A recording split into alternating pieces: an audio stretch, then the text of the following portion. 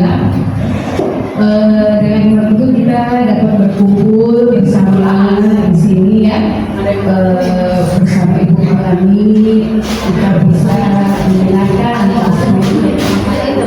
inspirasi budaya positif dan insya Allah mudah-mudahan kita mengikuti jejak dari Pak Lani. Amin. Salam dan salam dapat kita sampaikan kepada junjungan kita Nabi Muhammad SAW. Semoga kita nanti mendapatkan syafaat dari Nabi. Amin. Saya di sini mewakili Ibu Kepala Sekolah yang kebetulan hari ini sedang berhalangan hadir.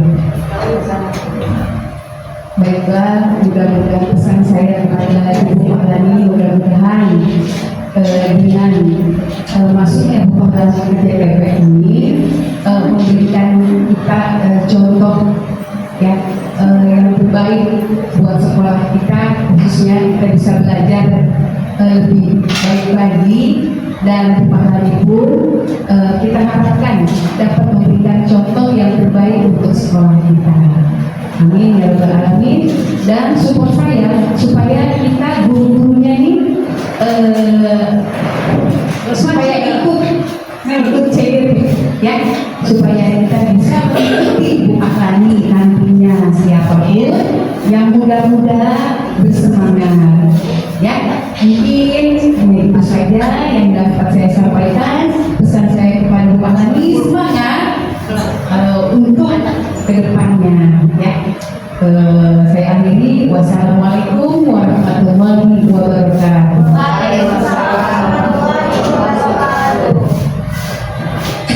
Terima kasih untuk kepala sekolah dan juga sambutannya.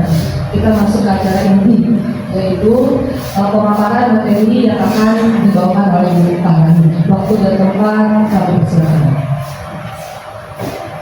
Bismillahirrahmanirrahim. Assalamualaikum warahmatullahi wabarakatuh. Yang terhormat Kepala Sekolah SD Negeri Sari 2, Ibu Nuriani SPUMM yang hadir diwakilkan oleh Guru Sini. Yang terhormat rekan-rekan Dewan Guru SDN Negeri Sari 2. Terima kasih atas dukungannya. Terima kasih sudah meluangkan waktunya di kegiatan diseminasi budaya positif yang bertujuan untuk menciptakan lingkungan belajar untuk memanusiakan muridnya. Agak berat ya Bu, memanusiakan muridnya. Jadi kita benar-benar harus memanusiakan muridnya.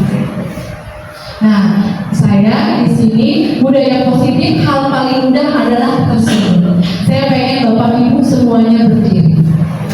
Berdiri. Oke, berdiri hadap-hadapan. Kalau punya teman hadap-hadapan berdiri. Ayo senyum 30 menit dengan temannya. Senyum 30 menit.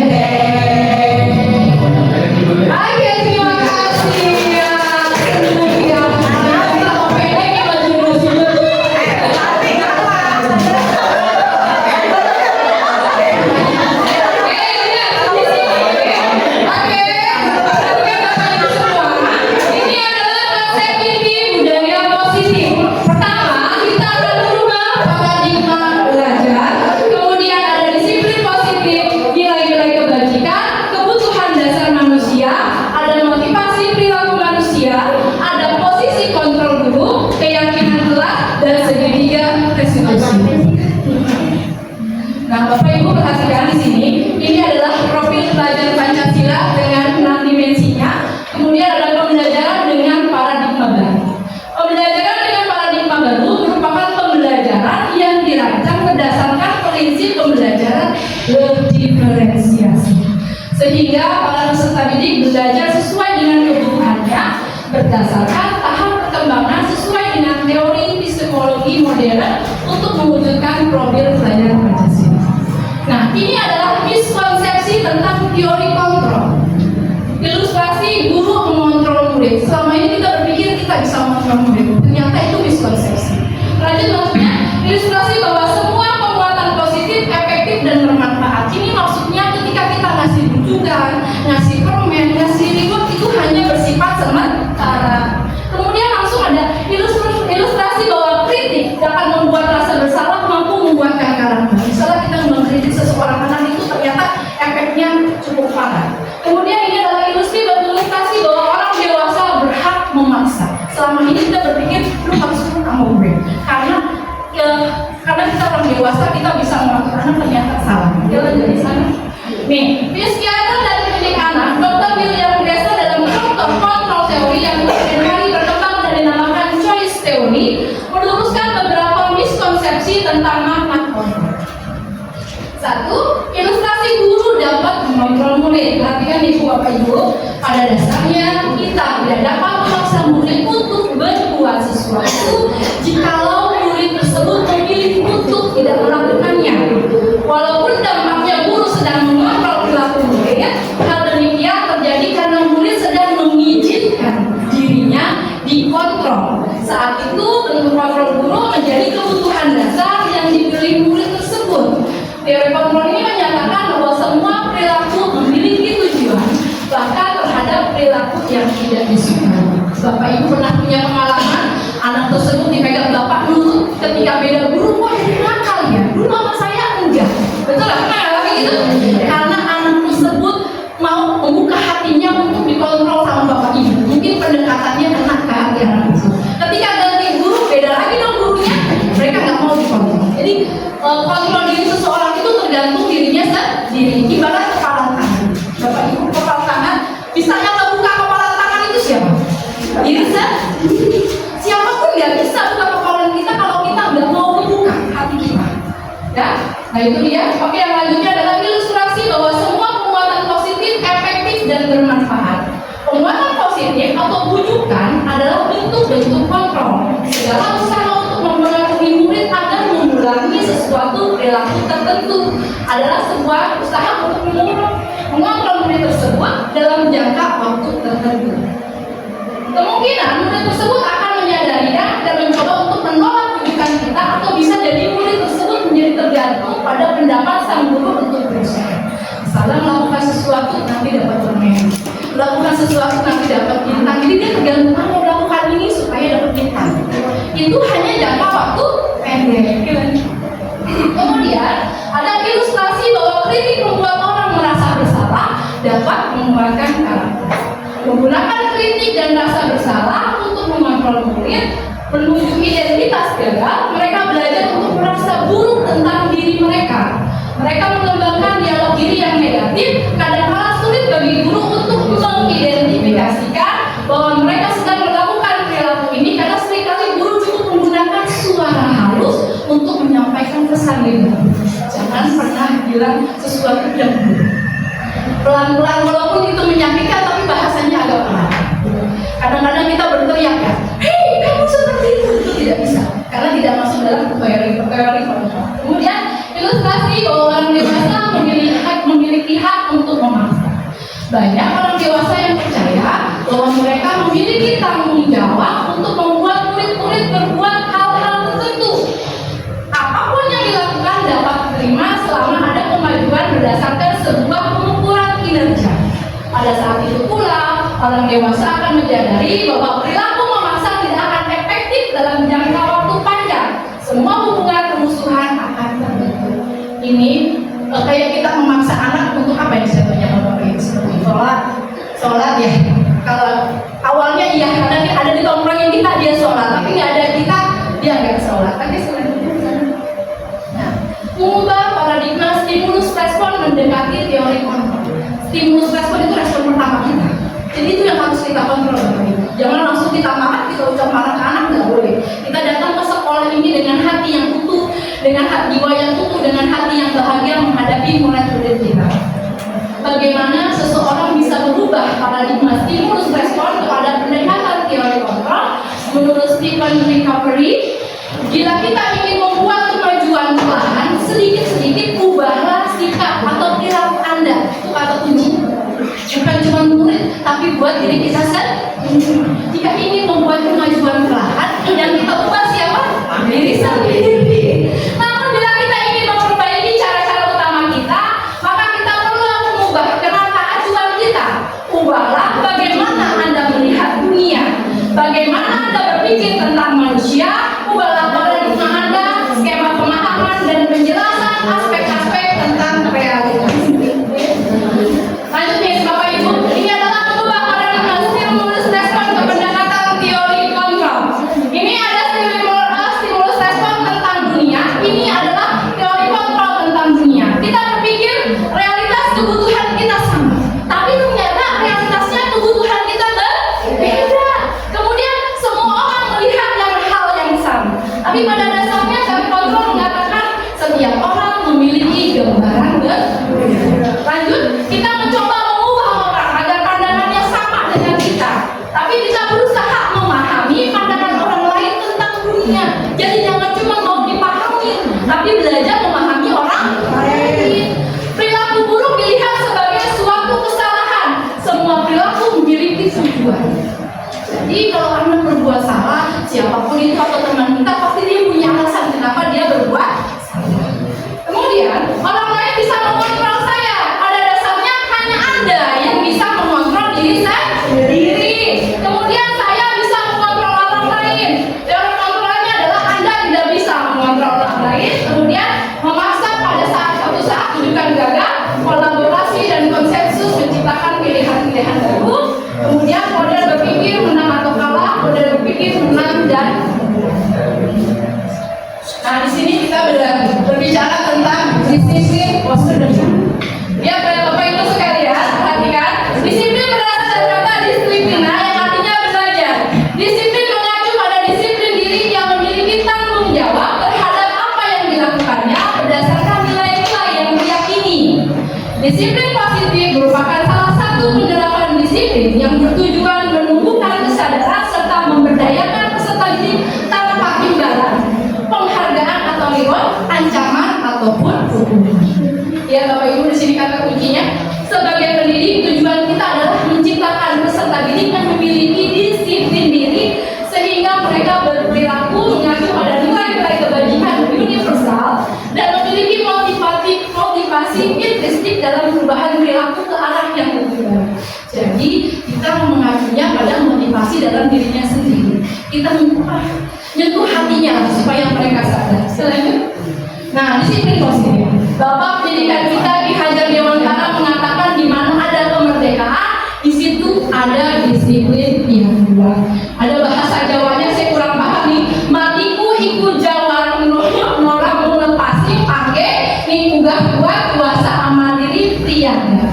Merdeka itu artinya tidak hanya melepas dari perintah, akan tetapi juga tahap memerintahkan diri sendiri. Bapak Ibu udah merdeka belum? Belum. Bapak Ibu pengen merdeka tapi nggak bisa memerintahkan dirinya sendiri. Contoh piket lah, gitu kan? Piket kan begitu. Kalau merasa merdeka ya piket. Kalau nggak mau disuruh jangan suruh piket kan gitu. Tapi bisa memerintahkan dirinya sendiri. Oh ini jadwal saya, gitu kan? Nggak usah disuruh ya piket. Oke lanjut. Nah, ini adalah nilai-nilai kebajikan, ini adalah proyek nilai-nilai kebajikan yang bisa kita pakai untuk P5 ya Bapak Ibu. Ada peduli, keterus-terangan, kebersihan, ini silakan bisa dibaca. Ini adalah proyek nilai-nilai kebajikan universal. Nah, ini adalah kebutuhan dasar manusia. Sebagai sesuatu yang dibutuhkan oleh manusia atau keinginan manusia yang harus dipenuhi demi tercapainya kepuasan rohani maupun jasmani untuk keberlangsungan hidupnya. Oke lanjut. Nah, 5 kebutuhan dasar manusia yang harus kita butuhkan. Yang pertama adalah kebutuhan untuk bertahan hidup atau survival adalah sangat pangan sandang ya. Sandang, pangan, papan. Kemudian yang kedua cinta dan kasih sayang. Yang ketiga kebebasan. Yang keempat kesenangan. Yang kelima adalah kekuasaan. Nah, ice breaking lagi kita berdiri dulu. Agar sambil ada zat-zat dulu sedikit. Ayo, hari ini. Kenapa sih ini mulus Punya pakai air itu.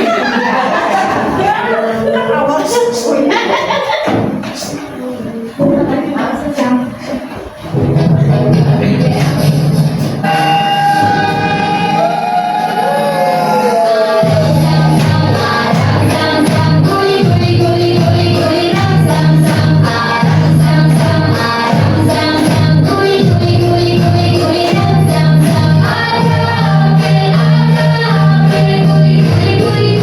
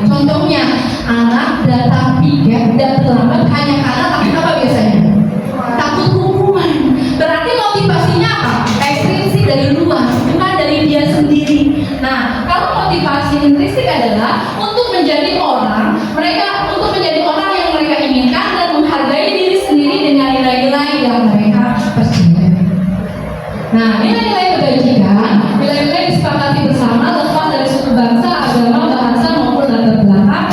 Ini adalah contoh nilai-nilai kebajikan. Profil pelajar Pancasila dengan 6 dimensinya. Kemudian ini adalah primary years program, toleransi, rasa hormat, integrasi dan sebagainya. Kemudian ada keterampilan hidup atau life skill, dapat dipercaya, lurus hati, pendengar yang aktif, tidak merendahkan orang lain dan memberikan yang terbaik dari diri. Nah, Bapak Ibu perhatikan baik-baik. Di sini ada hukuman, konsekuensi dan restitusi. Nanti saya akan jelaskan satu-satu. Hukuman bersifatnya satu arah. Tidak terencana, tiba-tiba. Murid tidak tahu apa yang akan terjadi dan tidak dilibatkan. Bersifat satu arah. Kemudian merupakan hukuman fisik. Pernah nggak melakukan itu sama? Satu arah, tiba-tiba nggak ada kesepakatan. Tiba-tiba kamu telat, lari satu putaran, dua putaran, itu adalah hukuman. Kemudian konsekuensi. Terencana, disepakati sesuai peraturan. Murid tetap dibuat tidak nyaman. Sikap guru selalu memberitahu murid. Contohnya, kalau jatuhkan minuman, ambil telak, dipel, itu apa? Hukuman apa konsekuensi? Konsekuensi. Ya, beda dengan hukuman. Hukuman itu bersifat satu arah, konsekuensi itu sebab akibat.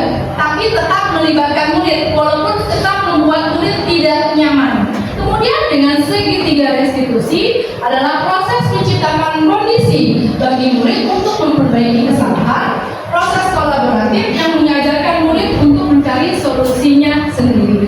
Nanti segitiga restitusi itu berdasarkan dengan keyakinan kelas. Bapak Ibu, keyakinan kelas bukan hanya dilakukan pada saat awal pembelajaran saja atau awal tahun, tapi setiap hari diingatkan.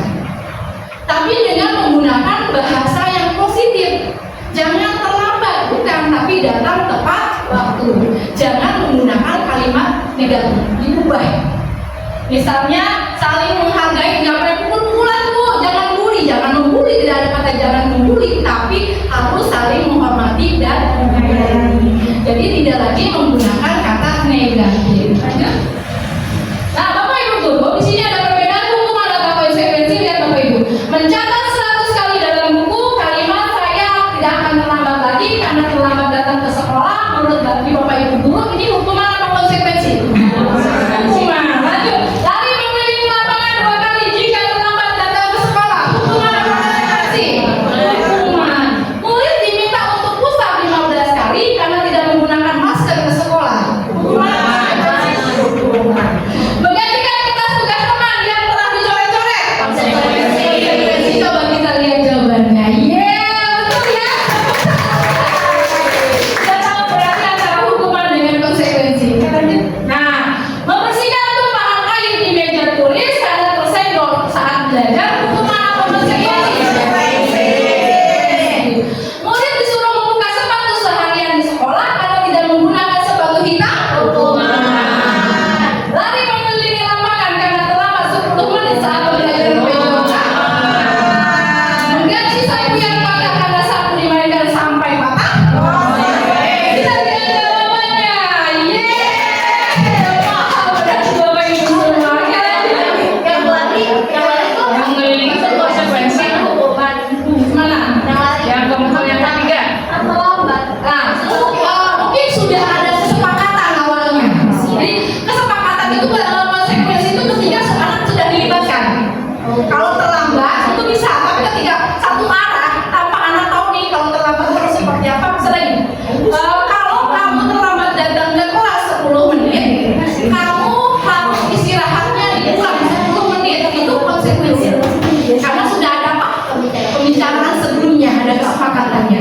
Oleh karena itu, kesepakatan kelas atau keyakinan kelas harus sudah tiap hari diingatkan Bapak Ibu. Jangan hanya di awal tahun pembelajaran saja. Nah, di sini perbedaan hukuman dan konsekuensi. Hukuman sesuatu yang menyakitkan harus terjadi, membuat anak sakit fisik maupun hati dalam jangka waktu yang lama. Anak membenci kedisiplinan, paksaan, mendorong anak menyakiti dirinya sendiri. Konsep diri menjadi buruk, anak belajar untuk menyembunyikan kesalahan, marah, rasa bersalah, dipermalukan, merasa tidak dihargai. Kemudian dengan konsekuensi, sesuatu harus terjadi, membuat anak merasa tidak nyaman dalam jangka waktu yang pendek, anak menghargai diri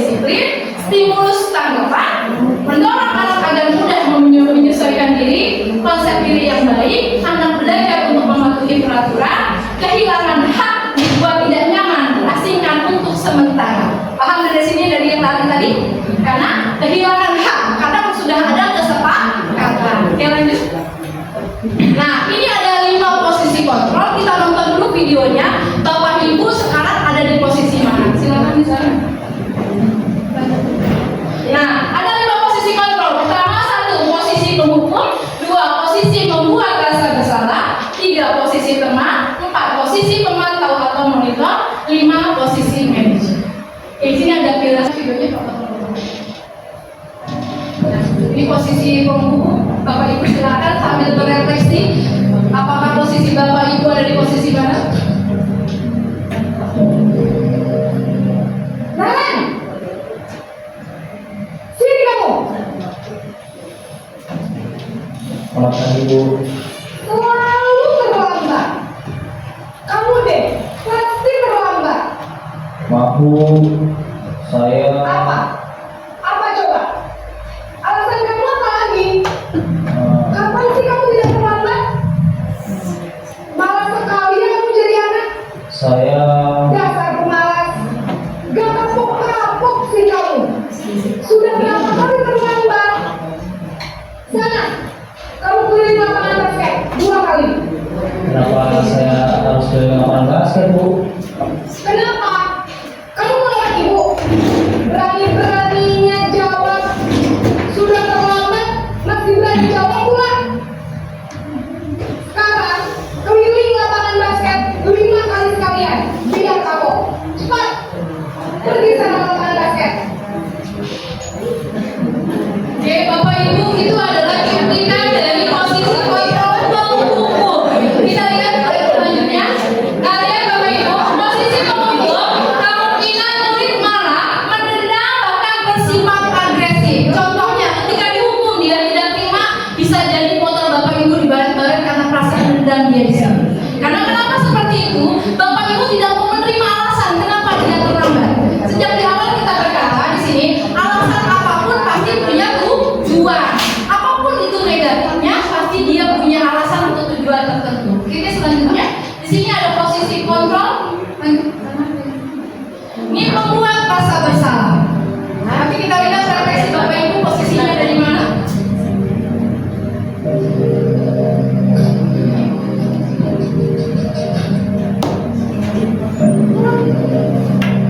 Nalan.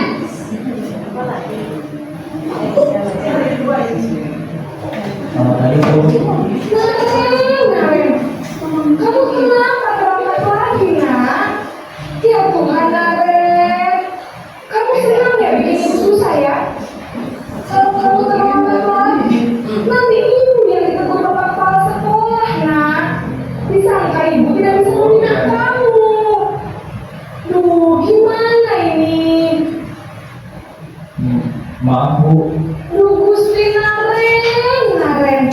Kamu suka ya kalau ibu ditegur bapak kepala sekolah? Terus, sekarang ibu harus tulis apa yang ibu absen? Ini kamu sudah sering terlambat loh. Ibu harus apa coba?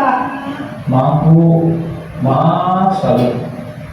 Ya sudah, lain kali jangan bikin ibu susah lagi anak ya. Ibu tidak akan kuat lagi kalau kamu begini terus. Bisa jantungan kalau ibu tegur bapak kepala sekolah. Maaf ya Bu, maaf sekali.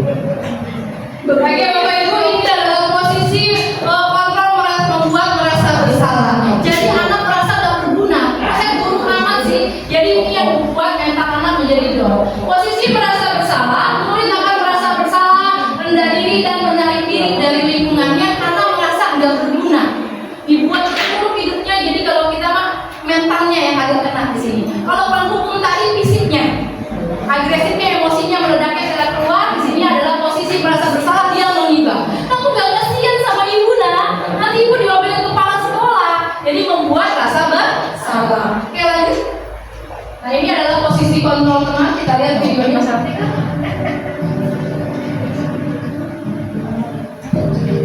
Ini hari ketiga kalau kata Bu sudah bilang.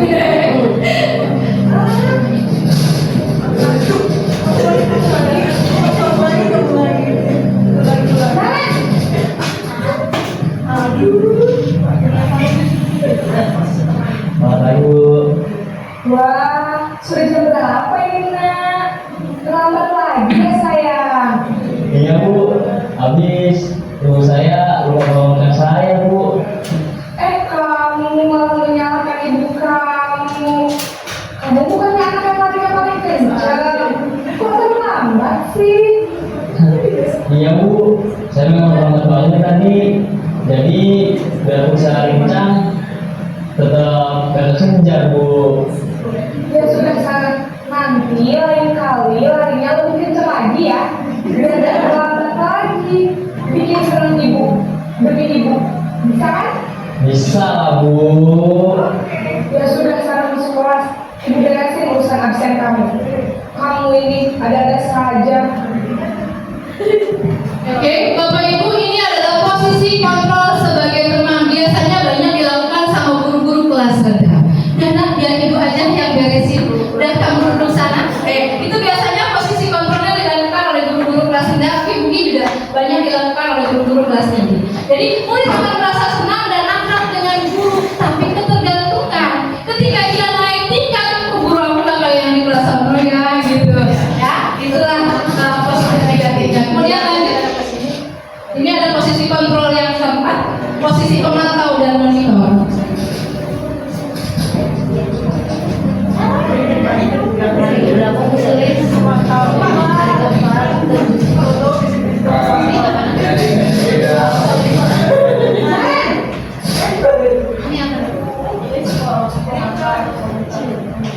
Tadi Bu, Kemarin, apa peraturan sekolah kita tentang jam berapa kita harus masuk sekolah nak? kita harus di sekolah jadi Bu. Iya betul, sekarang sudah jam 7.20. Kalian sudah tahu konsekuensinya jika terlambat hadir? Paham Bu, saya harus tinggal kelas pas jam istirahat selama 20 menit. Iya benar, konsekuensinya demikian. Jadi nanti jam 9.30 pas istirahat, kamu harus tinggal di kelas, kerjakan tugas tambahan untuk ketertinggalan kamu, ya? Baik Bu. Oke, Bapak Ibu guru, ini adalah posisi kontrol, pemantau atau monitor. Biasanya dilakukan kalau di SMP SMA guru piket, ya kan? Nah, jadi ingetin tentang peraturan sekolah. Biasanya seperti itu ya. Kita lanjut ke ini, proses murid memahami konsekuensi yang harus dijalankan karena telah melanggar salah satu peraturan sekolah. Kemudian lanjut dengan posisi kontrol yang kelima adalah manajer.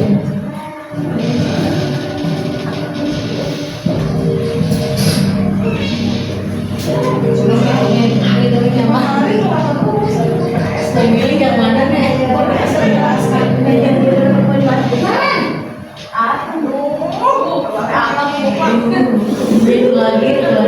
Bu. Selamat pagi, Naren. Maaf Bu, saya terlambat. Ya, sekolah masuknya jam 7, sekarang sudah jam 7.20. Jadi sekarang bagaimana ini, Naren? Maaf Bu, saya lupa sarapan saya semalam. Baiklah, menurut kamu, keyakinan sekolah yang mana yang perlu kamu tingkatkan? Menghargai diri sendiri dan orang lain mungkin Bu. Setuju. Jadi, apakah Naren yakin prinsip saling menghormati tersebut? Iya Bu, saya meyakininya. Apakah Naren bersedia memperbaiki masalah keterlambatan ini? Bersedia Bu. Bagaimana kamu akan perbaiki masalah keterlambatan ini? Saya mencoba untuk tidak menyetel alam saya Bu. Baik, kalau kalian komputer alatnya di rumah, ada orang yang kira-kira bisa akan mengingatkan tidak? Ada Bu, kakak saya, Kak Emma. Ada lagi selain Kak Emma? Selain Kak Emma, ada ibu saya. Baik, jadi yang mengingatkan Naren adalah Kak Emma dan ibu kamu ya. Kira-kira akan mulai alarm kapan nih Naren? Setelah pulang sekolah, akan segera saya lakukan. Baik, jadi Naren akan setel alarm untuk bangun besok pagi dan akan diingatkan oleh kakak dan ibunda Naren ya. Ada lagi yang mungkin perlu dilakukan Naren agar tidak terlambat bangun lagi. Tidak ada Bu. Baik Naren, terima kasih untuk kerjasama kamu. Sekarang kamu perlu kembali ke kelas untuk belajar. Baik Bu, terima kasih. Oke, Bapak Ibu, itu adalah posisi kontrol manajer. manajer yang harus kita kuasai, Bapak Ibu.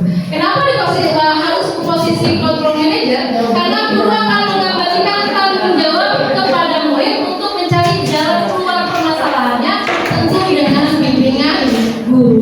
Ditanya tentang kesalahannya, ditanya tentang keyakinan kelasnya, dan bagaimana solusinya. Bukan dari guru yang ngasih solusi, tapi anak sendiri yang mencari solusinya sendiri. Kemudian lanjut. Nah, di sini ada 5 posisi kontrol. Di sini adalah identitas gagal, itu adalah penghukum dan pembuat rasa bersalah. Sedangkan identitas sukses atau berhasil ada di teman dan pemantau. Identitas berhasil atau sukses atau kontrol diri ada di manajer. Lihat Ibu, kata-kata kuncinya: guru berbuat menghardik, menunjuk-nunjuk, menyakiti dan menyindir. Pembuat rasa bersalah biasanya dia ceramah, mengatakan seharusnya ibu kecewa sama kamu. Ada kata kecewa atau kamu gak kasihan sama bapak ibu. Nah, membuat teman, membuat alasan-alasan untuk murid. Kemudian pemantau, menghitung dan mengukur. Manajer mengajukan pertanyaan-pertanyaan teman. Bisa dilihat Bapak Ibu di sini hasilnya. Lihat Bapak Ibu, untuk menghukum, memberontak, menyalahkan orang lain, bahkan berbohong untuk menutupi kesalahannya. Karena takut apa tadi? Hukum. Kemudian membuat rasa bersalah, menyembunyikan, menyangkal, berbohong. Kemudian pada teman tadi, ketergantungan sama gurunya. Karena biasa dibilang, sudah salah dulu, ibu guru yang beresin. Kemudian lanjut, untuk memantau, menyesuaikan diri bila diawasi. Menyesuaikannya karena diawasi. Pemantau itu bukan dari diri sendiri. Sedangkan sini menguatkan pribadi. Oke, lihat di sini. Murid berkata, biarkan saja, nanti juga marah-marah lagi kalau penghukum. Maafkan saya, teman, saya berpikir Bapak itu teman saya, ternyata begitu. Nah itu kalau dari kelas rendahnya sudah kayak teman, ketika kelas tingginya dia berpikirnya gurunya tuh teman gitu. Kayaknya seperti itu Bapak Ibu. Kami silakan ini bacanya Bapak Ibu. Nah, tadi pertanyaan saya sama Bapak Ibu setelah melihat pemaparan 5 posisi kontrol tadi, saya ngajak Bapak Ibu. Bapak Ibu ada di posisi mana? Nah, Bapak Ibu ada di posisi mana? Penghukum kah? Membuat rasa bersalah? Teman, pemantau, atau manajer? Banyaknya di pemantau. Tapi ada nggak yang membuat rasa bersalah? Kalau penghukum ada nggak? Ada juga. Ya, mulai besok diperbaiki. Ini ada penghukum, membuat rasa bersalah, teman, pemantau, dan manajer. Oke, kita lanjut. Nah, pernyataan pertanyaannya. Oke, saya kecewa sekali dengan kamu adalah pembuat rasa bersalah. Kamu tidak pernah melakukannya. Melakukan yang penghukum. Ayolah, lakukan demi ibu, itu adalah teman. Apakah kamu mendapatkan stiker bintang hari ini? Atau tidak? Ya, kemudian bagaimana kamu bisa menyelesaikan masalah ini? Dia adalah manajer. Kamu selalu paling yang terakhir, dia penghukum. Nah, pergerakan matanya di sini ada peraturan pemantau, konsekuensi atau hadiah. Kalau kamu tidak titik-titik, saya akan titik-titik diberi hukuman untuk membuat tidak nyaman. Apa yang kamu yakini? Bagaimana memperbaiki masalah ini? Memperbaiki kita berdua mendapatkan apa yang kita butuhkan. Ini pergerakan antara peraturan pemantau, konsekuensi dan hadiah, manajer dan memperbaiki. Oke, kita belajar tentang segitiga restitusi. Oke, silakan ada video selanjutnya.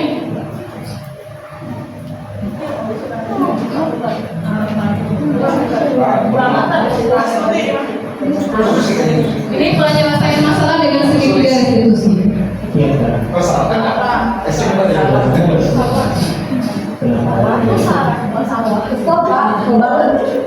tidak kayak dikuatin? Apa? Ya aku marah lah. Aku dari TK di depan kelas. Coba banget. Oh begitu. Ya pasti akan mendapatkan kesal. Maka juga akan marah apabila ada yang berubah seperti itu. Kemudian pada saat itu kamu mau melakukan apa? Ya saya Ini ada tindakan validasi yang salah. saya Ini ada tahapan yang mulai. Oh begitu. Pasti kamu melakukan seperti itu karena suatu alasan tertentu kan? Iya lah, saya diam saja Pak. Ya saya bela diri lah. Masa saya dituduh tukang fitnah? Ya wajar.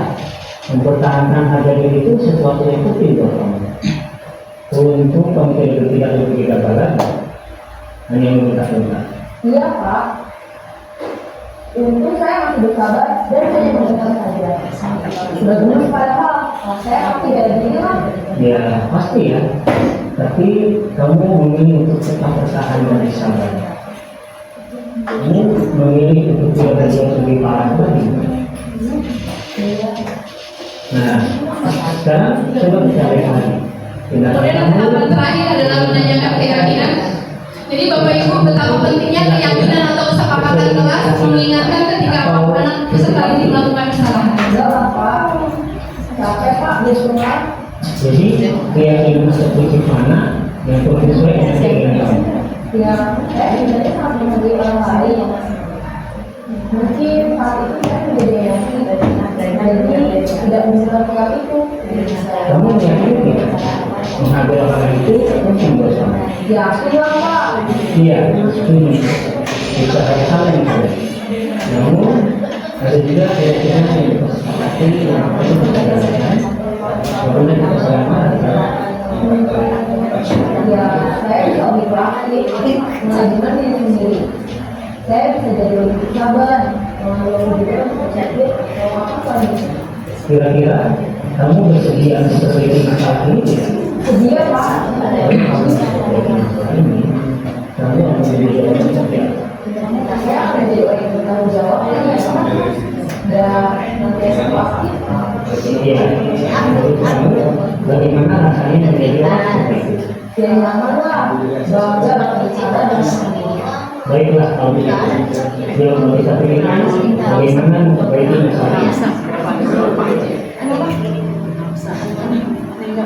Oke Bapak Ibu, ini adalah pembicaraan masalah dengan menggunakan segitiga restitusi. Bapak Ibu perhatikan baik-baik. Di sini ada segitiga restitusi. Pertama adalah menstabilkan identitas, kemudian validasi kebutuhan, kemudian menanyakan keyakinan. Nah, setiap orang pasti pernah melakukan kesalahan. Kamu bukan satu-satunya orang yang pernah melakukan kesalahan. Jadi ketika peserta didik melakukan kesalahan, jangan langsung dijat. Gak apa-apa. Yang penting nanti diperbaiki lagi ya. Gak apa-apa, nanti jangan diulangi lagi ya. Ibu juga dulu pernah kesiangan. Contohnya hal-hal seperti itu. Tapi kita memvalidasi bahwa tindakan itu salah. Kemudian menstabilkan identitas, kemudian validasi kesalahan ini adalah kamu tentu punya alasan. Karena setiap segala sesuatu pasti punya alasan. Jangan ketika anak kesiangan langsung diomelin. Takutnya ibunya lagi sakit atau semalam kurang tidur karena jagain adiknya. Adakah cara yang lebih efektif untuk mendapatkan apa yang kamu butuhkan? Kemudian menanyakan keyakinan kelas lagi. Jadi balik lagi ke keyakinan kelas atau kesepakatan kelas. Apa bedanya keyakinan kelas dengan kesepakatan kelas, Bapak Ibu? Bingung kan? Keyakinan kelas kita bikinnya. Setelah kita membuat kesepakatan kelas menjadi keyakinan kelas yang harus diingatkan terus. Kamu, dia ngebully saya. Kenapa ngebully? Kamu tahu nggak bahwa keyakinan apakah yang kamu lakukan sudah sesuai dengan keyakinan kelas kita? Ya kan tahu, karena tiap hari kita ingatin. Enggak Bu, apa? Tidak menghargai. Nah itu kamu tahu. Apa yang harus kamu perbaiki setelah ini? Nggak boleh ngebully lagi Bu. Nah, jadi seperti itu. Melakukan segitiga restitusi. Nah, suatu segitiga restitusi adalah suatu proses dialog yang dijalankan guru atau orang tua agar dapat menghasilkan murid yang mandiri dan bertanggung jawab. Kenapa seperti ini? Anak diajak ngobrol, disadarkan akan kelakuannya. Kemudian anak mencari apa? Solusinya sendiri. Kita cuma nyaranin aja. Nah, di sini untuk membuat anak yang merasa gagal karena berbuat salah menjadi positif terhadap dirinya adalah menstabilkan identitas. Biasanya guru akan berkata seperti ini, berbuat salah itu hal yang manusiawi, tidak ada manusia yang sempurna. Bapak Ibu juga pernah berbuat salah. Kita pasti bisa menyelesaikan masalah ini. Bapak Ibu tidak tertarik untuk mencari siapa yang benar. Jadi kalau lagi berantem jangan nanya siapa yang salahnya. Ya, gak peduli siapa yang salah, yang penting kamu harus baik-baik aja. Bapak nggak mau tahu urusan itu, yang penting kamu harus memperbaikinya. Kemudian kalau kamu menyalahkan dirimu sendiri terus menerus, apakah kamu bersikap baik kepada dirimu sendiri? Tidak ya. Kemudian lanjut adalah validasi tindakan yang salah dan mulai mengenali basic atau kebutuhan dasar yang ingin dipenuhinya. Ketika melakukan kesalahan itu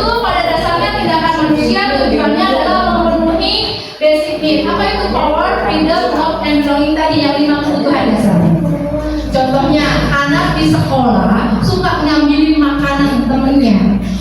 Alasannya apa? Karena kebutuhan dasar bertahan hidupnya nggak ada, nggak sarapan, nggak dikasih uang. Anak kadang-kadang sama temennya suka nyari-nyari perhatian, ternyata di rumahnya dia nggak diperhatiin. Sama ibu gurunya suka nyender-nyender, karena kebutuhan dasarnya tidak terpenuhi. Kalau kebutuhan dasar yang 5 tadi terpenuhi, aman-aman saja. Ya, kemudian guru berkata, kamu bisa saja melakukan hal yang buruk, tapi kamu tidak melakukannya.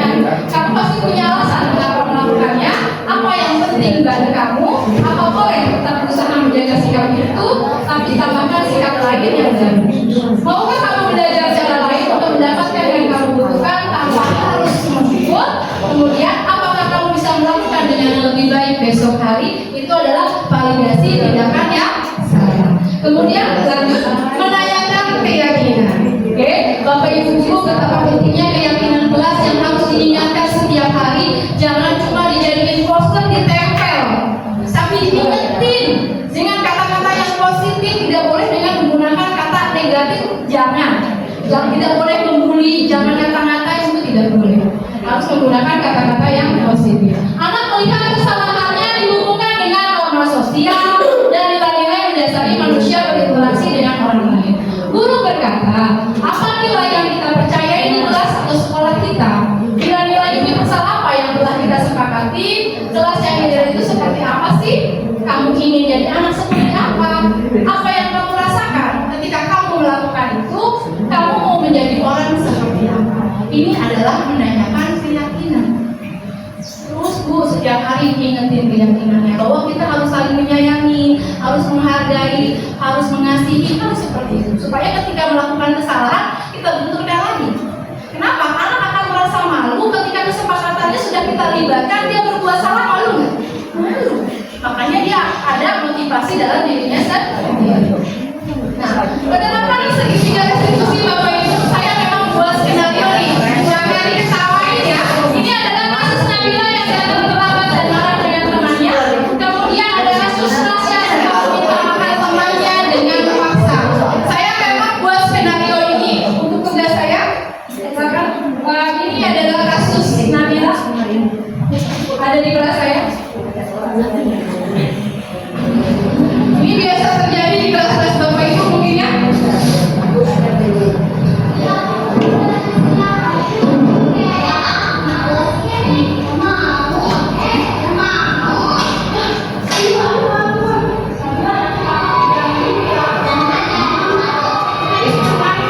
Bapak Ibu, kasus seperti ini sering kita hadapi kan, untuk hal-hal sepele tapi jadi rame gitu ya. Akhirnya ada yang ngadulan dan lain sebagainya. Nah, ini yang harus kita terapin pemecahannya adalah dengan segitiga restitusi.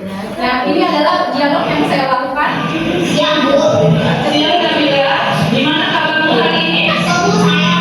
Kamu tahu kenapa kamu dipanggil hari ini? Tahu masih tega sama Ayu kan Bu yang cerita Ibu. Iya, beda sama Aisyah, beda sama Ibu. Kamu betul sama Ibu. Iya, betul sama Ayu. Ekspresinya bagus. Oke, kemudian lanjut ada yang disampaikan tidak jelas, kemudian validasi tindakan yang salah.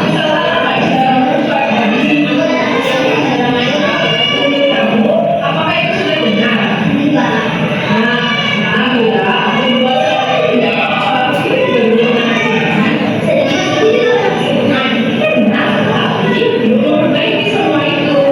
Nah, ini adalah validasi tindakan yang salah. Kemudian kita menanyakan keyakinan.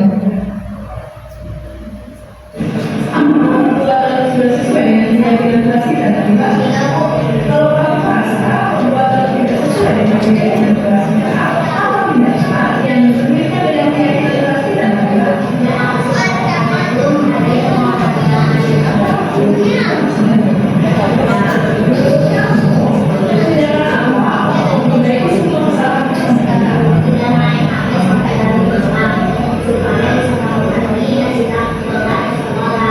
Yang Nabila, Ibu percaya apa bisa lakukan itu dan akan jauh lebih baik. Terima kasih ya Nabila. Ini adalah menanyakan keyakinan. Jadi setiap siswa peserta peserta didik melakukan kesalahan, kita ingatkan lagi dengan keyakinan atau kesepakatan kelas. Oke, lanjut dengan kasus kedua. Ini ada kasus Rasya yang suka merebut makan temannya dan juga.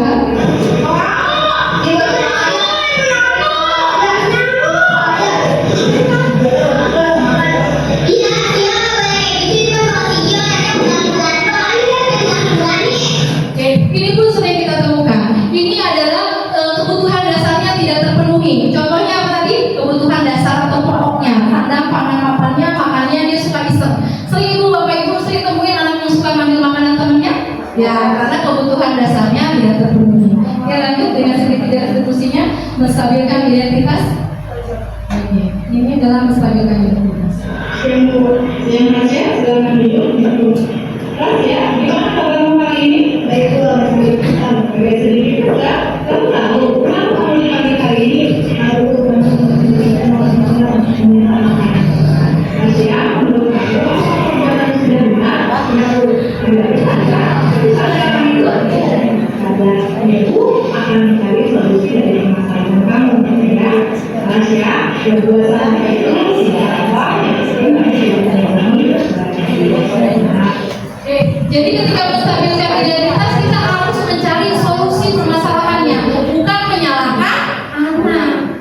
Jadi kita nggak perlu tanya lagi siapa yang salah, siapa yang berbuat tidak, tapi kita cari solusinya. Gak peduli siapa yang salah, yang penting hari ini kamu harus baik-baik saja. Kamu harus lebih baik ke depannya. Kemudian validasi tindakan yang salah. Rahasia, menurut kamu apa alasan kamu berbuat seperti itu? saya tidak mau berbuat siapa yang benar. Tidak bawa bekal dan dimasalahkan dari rumah. Seperti laporan dari teman-teman kamu, sepertinya kamu sangat senang berbuat seperti itu, tapi kamu sadar tidak bahwa tindakan itu merugikan orang lain? Dia bukan Sadar ya bahwa tindakan kamu merugikan orang lain.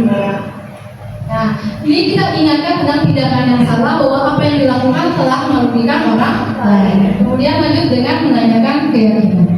Nah, menurut kamu, apakah perbuatan kamu sesuai dengan keyakinan kita, Rahasia? Tidak ya? Nah, tindakan seperti itu tidak mencerminkan seperti apa, Rahasia?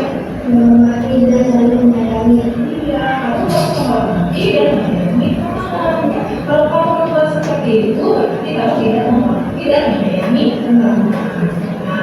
Nah, untuk depannya, tindakan apa yang kamu lakukan agar perbuatan itu tidak terulang lagi, Rahasia? Saya akan meminta maaf sama seorang Meminta maaf sama saudara baik dan sopan apa lagi? Iya, betul.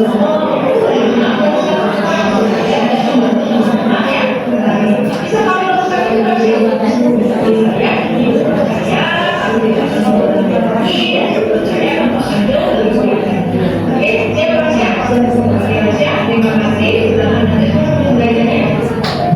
Baik, Bapak Ibu, ini adalah menanyakan keyakinan. Balik lagi nanya keyakinan.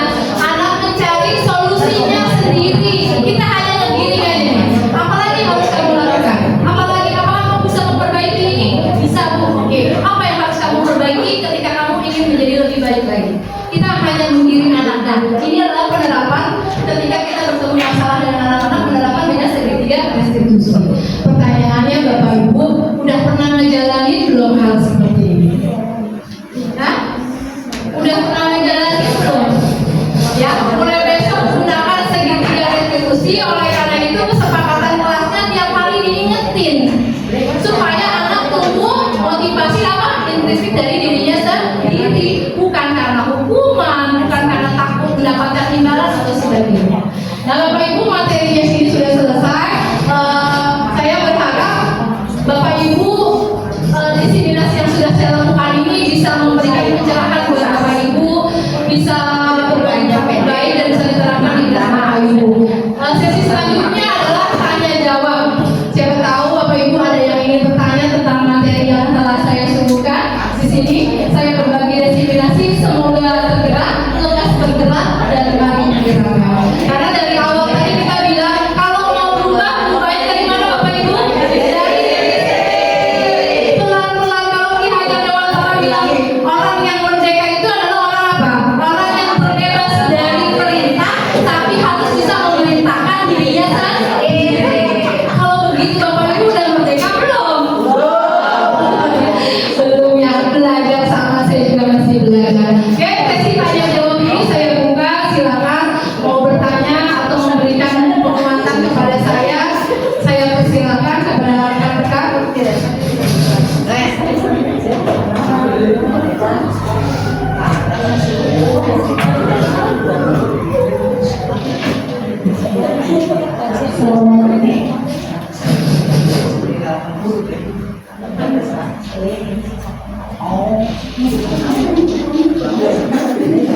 Assalamualaikum warahmatullahi wabarakatuh.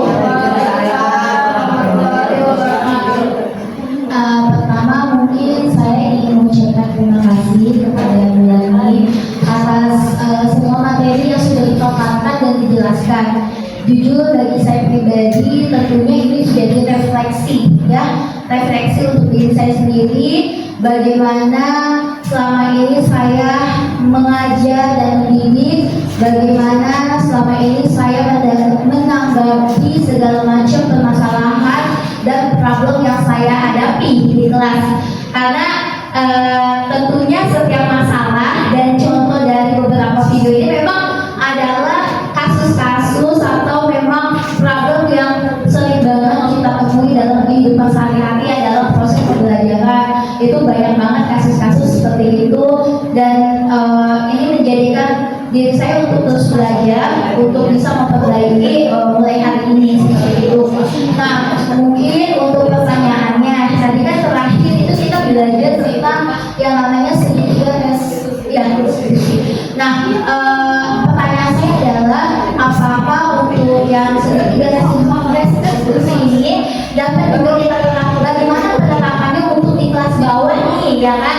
Karena kan ini kalau tadi kan secara video ya kan, secara pencontohan itu kan kita penerapan di kelas tinggi. Nah, kalau di kelas bawah ini untuk kita teman-teman yang mengajar di kelas bawah itu bagaimana pendekatannya? Karena kan anak-anak yang di kelas bawah itu ya, ibu-ibu, bapak-bapak kan anak-anaknya lebih polos ya. Kadang kalau kita bicara apa, kadang mereka punya respon yang di luar nalar kita. Kadang mungkin itu aja sih. Terima kasih. Assalamualaikum warahmatullahi wabarakatuh. Misalnya tolong ke kelas segitiga restitusinya. Nah, untuk segitiga restitusi ini Bapak Ibu. Nah, segitiga restitusi ini bisa diterapkan pada anak tinggi maupun kelas rendah, hanya saja cara penyampaiannya disesuaikan. Tetap diajak ngobrol berdua dulu tanpa di depan teman-temannya, di ruangan tertentu kita bawa, kita berbicara seperti biasa, tapi tetap kata kuncinya adalah meningkatkan keyakinan kelas. Jadi ketika kita membuat keyakinan kelas, dibantu anak-anaknya dilibatkan Bapak Ibu, jangan kita urus dari kantor, jadi kesepakatan kelas kita tidak. Anak dikasih post-it, tempelin, walaupun kita udah punya jawaban sendiri, gitu kan? Tapi dibantu, biasakan anak berani untuk mengungkapkan pendapat, dilibatkan. Tapi nanti kita bantu juga dengan bahasa-bahasa yang positif, tidak lagi menggunakan kata jangan, tidak, dan sebagainya yang berkonotasi negatif. Nah, itu bisa kita lakukan dengan bahasa kita sendiri. Ikutin, kalaupun jawabannya di luar nurul menurut kata ibu, ya ikutin aja alurnya, karena bapak ibu yang sudah mengenal bapak ibu seperti apa. Tetap bisa kita libatkan. Nah, kan akhirnya dipertemukan lagi dengan keyakinan kelasnya. Oleh karena itu, keyakinan kelas atau kesepakatan kelas harus diingatkan setiap walaupun dari sesarnya aja. Maksudnya ini datang tepat waktu, bukannya lagi tidak boleh terlambat, tapi datang tepat waktu. Harus menyayangi, peduli sesama. Peduli sesama itu konteksnya kayak apa? Bawa makanan berbagi. Kalau anak pelit yang mau bagi, berarti kamu nggak berbiasa sesuai dengan keyakinan kelas kita loh. Sini kan keyakinan kelas kita harus menyayangi, peduli sesama, bagi teman punah. Itu balik lagi dengan keyakinan kelas. Itu hanya disesuaikan saja Bu, gaya bahasanya saja mungkin pendekatannya. Tetap ya Bu, segitiga restitusi tidak bisa dilakukan di depan orang banyak. Itu sama saja mempermalukan anak. Jadi Ibu tarik dulu, diajak ngobrol dulu. Ya, tidak lagi ada bentak-bentakan, kamu siapa gitu kan? Masih banyak ditemuin nggak? Masih banyak. Itu pun saya juga pernah melakukan itu dan jadi bahan refleksi buat saya. Buat nonton video di PMM ini, di LMS saya, berpikir saya, dulu gitu ya. Jadi kayak merasa bersalah terhadap anak. Makanya dari awal saya bilang, diseminasi ini bertujuan untuk memanusiakan murid. Selama ini Bapak Ibu sudah memanusiakan murid belum? Murid punya hati ya Bapak Ibu? Ya. Ketika Bapak Ibu bentak mereka di depan umum, apakah hati mereka tidak terluka? Terluka. Apalagi ada cowok di depannya gitu. Kita pun tidak nyaman kan diperlakukan seperti itu. Makanya kita harus bisa memperlakukan, memanusiakan murid sebagaimana kita ingin diperlakukan. Ya, karena tadi ada posisi kontrol yang 5 tadi, posisi kita harus sebagai apa Bapak Ibu? Manajer, nuntun supaya anaknya salah dengan sendiri. Oke, ada lagi kah yang ingin mengasih tanggapan atau bertanya? Ada lagi kan kalau tadi kan yang di apa namanya, yang di video itu kan konfliknya itu di siswa ya. Ketika kita sudah refleksi dengan siswa, ternyata konfliknya dengan orang tua, gimana solusinya? Karena sebagian besar itu di sini ya, menurut saya itu konfliknya dengan orang tua. Kayak misalnya kejadian ya, pasti nanti ketika dipanggil dia bilang, "Ya bu, saya nggak dikasih uang kuliah sama uang jajan sama orang tua saya, bapak saya nggak dia begini-begini." Oke, Solusinya berarti ada kebutuhan dasar yang tidak terpenuhi, betul kan? Ada 5, ya kan? Pertama kebutuhan dasar yang tadi pasangan papan-papannya, ada kasih sayangnya, love and belonging kayak gitu ya. Nah itu yang harus ibu lakukan adalah pertama, ibu koordinasi dulu dengan kepala sekolah. Apapun yang bapak ibu lakukan di sekolah harus berkoordinasi dengan kepala sekolah. Walaupun nanti tindakannya bapak ibu lakukan sendiri. Konsultasi dulu, setelah konsultasi ibu bisa lakukan eksekusi sendiri dengan cara memanggil. Oke, dipanggil sama dengan segitiga restitusi ini. Nah, tapi anaknya sudah ada, ibunya nggak mungkin tahu tentang keyakinan kelasnya, tapi anaknya pasti tahu tentang keyakinan kelasnya. Jadi ditanya. Jadi sebagai kepala sekolah pun nanti akan ada tahapan-tahapan untuk menanyakan melakukan segitiga restitusi ini, menstabilkan identitas bahwa anak ibu itu salah, gitu kan? Bahwa di sekolah saya sudah ada keyakinan kelas seperti ini dan sebagainya. berarti yang harus memberi saran untuk orang tuanya kepala sekolah. Itu bisa ibu lakukan, tapi sebelumnya ibu koordinasi dulu dengan kepala sekolah. Yang penting apa yang ibu lakukan, kepala sekolah itu tahu. Setiap ibu memanggil kepala murid, ibu harus koordinasi dulu dengan kepala sekolah. Bu, saya izin saya memanggil ibunya ini. Kenapa seperti itu? Kadang-kadang orang tua di depan kita oke-oke aja, nanti di luar ngomongnya beda. Nah, akhirnya kan nanti kepala sekolah nanti yang nge-backup, ya, udah sih sudah laporan sama saya mau manggil ibunya si Andi misalnya. Jadi itu yang harus bapak ibu lakukan. Apapun yang dilakukan di sekolah harus dengan koordinasi dengan kepala sekolah. Karena kita menghindari hal-hal yang tidak menginginkan. Ya, jadi ketika anak melakukan segala sesuatunya pasti ada alasannya. Kata Bu Desi tadi mungkin karena nggak ada sumber daya, berarti kan kebutuhan dasarnya tidak terpenuhi. Nah itu bermasalah. Oleh karena itu perlu dengan haknya kita tahu kan seperti ini apakah anak ini dari keluarga berdoa, apakah keluarganya dari keluarga yang seperti apa, kita nanti tahu tindakannya pun akan berbeda.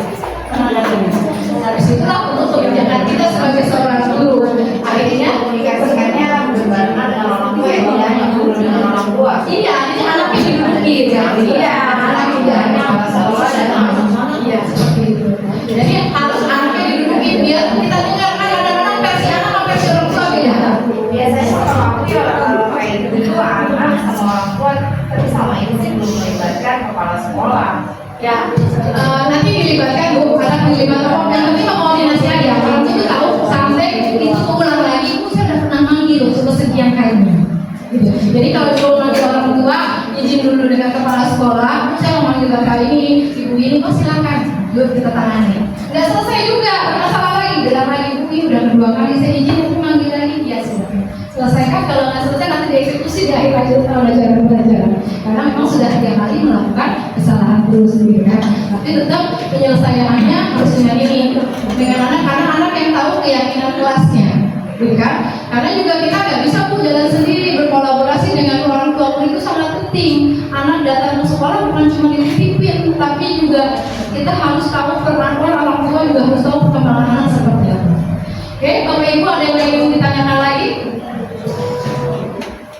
Cukup ya? Udah buka lelah sepertinya ya. Oke, terakhir. Oke Bapak Ibu, demikian diseminasi budaya positif yang sudah saya terapkan. Semoga salam guru penggerak adalah tergerak, bergerak, menggerakkan. Karena saya sudah berdiri di sini, saya berharap semoga Bapak Ibu tergerak, lekas bergerak dan mari menggerakkan. Semoga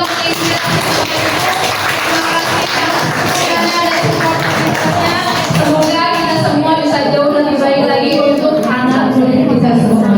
Akhir kalam saya ucapkan terima kasih. Wabillahi taufiq wal hidayah. Wassalamualaikum warahmatullahi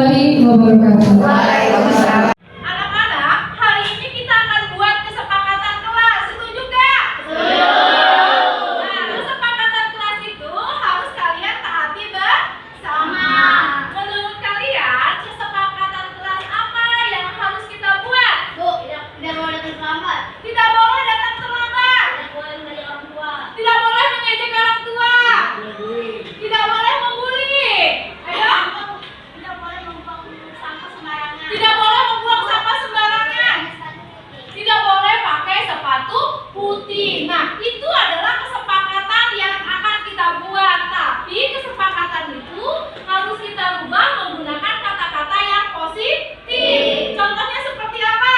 Ada yang tahu? Harus datang tepat waktu. Kemudian apa lagi dirubahnya? Harus disiplin. Menaati peraturan. Nah, karena sudah ada kesepakatan kelasnya yang sudah kita rubah menjadi kalimat positif, kalian silakan buat kesepakatan kelas dengan kata-kata yang positif. Ayo silakan kalian tulis ya. Ya, yang sudah dapat kertasnya silakan ditulis.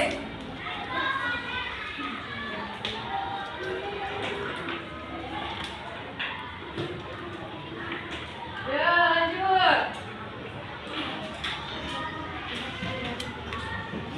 Kalau menggunakan kata-kata positif, tidak boleh menggunakan kata tidak atau jangan. Ya.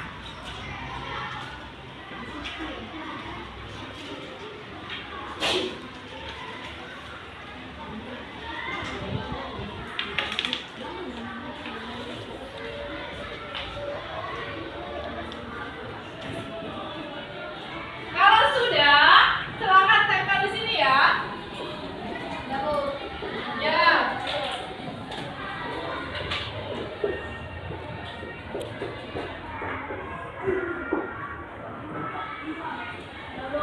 Ya, silakan ditempel di sini kertasnya.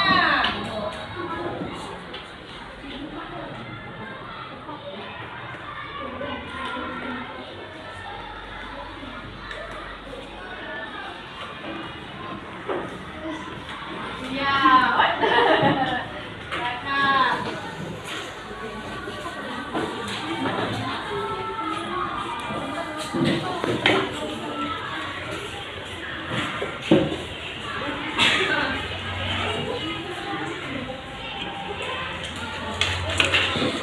Nah, ya makasih duduk kembali.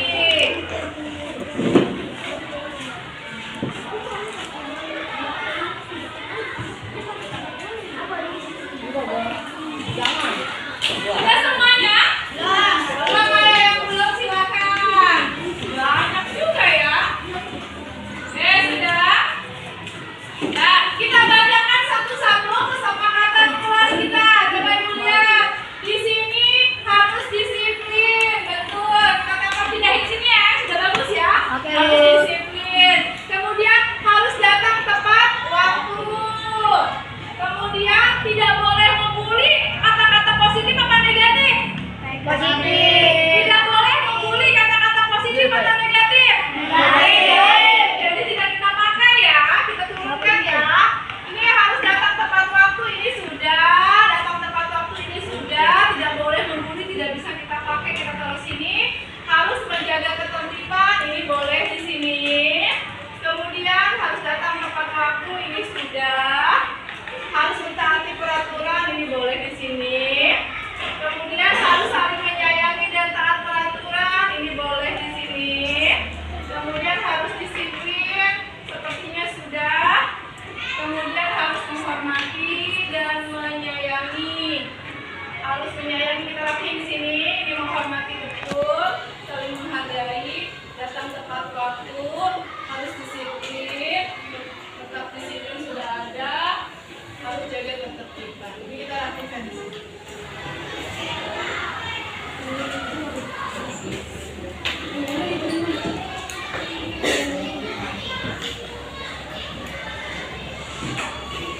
Nah, ini adalah kesepakatan kelas kita. Yang ini sudah sama, ini kita nggak pakai ya. Kata-kata negatif tidak kita pakai. Nah, ini ada harus menjaga ketertiban. Cukup tidak kalau kita menggunakan menjaga ketertiban saja? Ya, kita tidak harus kata harus, tapi menjaga ketertiban. Perhatikan lagi, kemudian ada disiplin, datang tepat waktu, jaga ketertiban, datang tepat waktu, saling menghargai, saling menyayangi. Ini adalah kesepakatan kelas kita yang harus kita apa nih? Yakini. Kesepakatan kelas berubah menjadi keyakinan kelas yang harus kamu yakini setiap harinya. Bisa tidak? Bisa.